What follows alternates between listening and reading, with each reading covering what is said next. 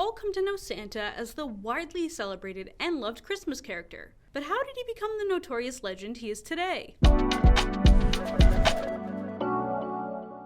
He's all over decorations, cookies, cards, wrapping paper, TV shows, and Christmas movies. He quite literally is the man, the myth, the legend, Mr. Claus. But he wasn't always the red-suited, comfily clad gentleman we all know him as today. The origins of Santa can be traced all the way back to the 3rd century, where we come to know of a man named Saint Nicholas. Saint Nicholas was a monk born somewhere close to 280 AD in modern-day Turkey. Now, apparently Saint Nicholas inherited a lot of money and became known for his generosity and giving personality. So, Saint Nick was not your typical trust fund baby. Saint Nick was originally known for giving to the poor and sick, not just children. That all changed over the next few years as his popularity spread and he instead became known as the protector of kids and sailors. Saint Nick was also given an annual feast day in his honor after passing, and that day was December 6th.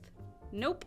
Not the 25th. By the time of the European Renaissance, Nicholas had become the most popular saint of the continent. By the end of the 18th century, the legend of Saint Nick started to slowly creep into American pop culture, due to a couple of news stories about Dutch families gathering to celebrate him on December 6th. The name Santa Claus actually evolved from the Dutch name for Saint Nick, Sinterklaas. The Santa we know today comes from the commercialization of Christmas, which really ramped up by the 1840s. It was then that newspapers created a separate section for holiday shopping and included pictures of our favorite holly jolly man. In the early 1980s, the Salvation Army needed to fundraise for their free Christmas meals, so naturally they dressed men in Santa suits and had them stand on corners to collect cash from passerbys. And they've been doing it ever since. The image of Santa we now know, a big man in a red suit with a long white beard, originated in the 1980s, with a cartoon published in Harper's Weekly. This is also where Miss Claus, the North Pole, and the elves originated from. Santa was introduced to the Macy's Thanksgiving Day Parade in 1924, and families still flock to meet the Macy's Santas in New York City every year, where they can sit on his lap, take pictures for mom's Facebook, and tell him what they want for Christmas. And as humans have dived into the age of technology,